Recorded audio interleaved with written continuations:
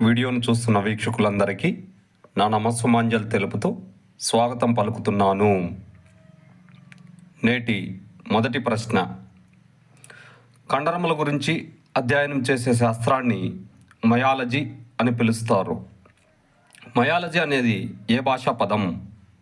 Option 1 Greek పదము, option 2 Latin పదము, option 3 ఆంగ్ల పదము, ఆప్షన్ 4 అరబిక్ పదము.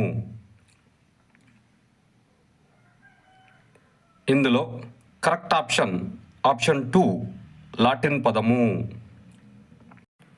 మరో ప్రశ్న. క్రింది వాటిలో కండరముల యొక్క ప్రాథమిక క్రియాత్మక యూనిట్ అని దేనిని పిలుస్తారు? Option 1 fasciculus, option 2 sarcolemma, option 3 myofibril, option 4 sarcomere. ఇందులో కరెక్ట్ ఆప్షన్ 4 సార్కోమియర్.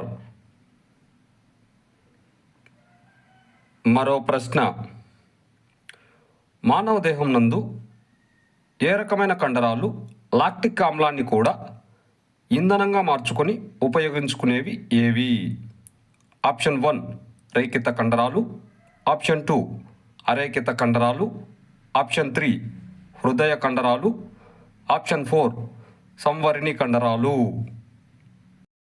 ఇందులో కరెక్ట్ ఆప్షన్ 3 హృదయ కండరాలు. మరో ప్రశ్న. దేహంలో స్టెర్నిక్లాయిడ్ మస్టాయిడ్ అనే కండరము ఏ భాగంలో ఉండును? ఆప్షన్ 1 భుజం నందు, ఆప్షన్ 2 ఛాతి నందు, ఆప్షన్ 3 మెడనందు, ఆప్షన్ 4 తొడనందు.